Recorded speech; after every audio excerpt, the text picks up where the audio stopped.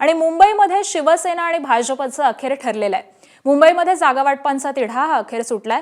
मुंबईमध्ये भाजपच मोठा भाऊ असणार आहे। मुंबईत भाजप 137 तर शिंदेची शिवसेना 90 जागा लढवेल, तर आरपीआयला शिवसेना त्यांच्या 90 जागांमधून जागा देणार आहे। शिवसेना भाजपचं मुंबईमध्ये एकत्र लढण्यावरती पहिल्यापासूनच एकमत होतं, मात्र जागा वाटपाचा तिढा हा सुटत नव्हता।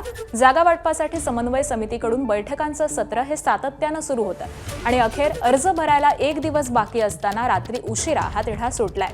शिवसेनेकडून रात्रीतच एबी फॉर्म वाटायला देखील सुरुवात झालेली आहे।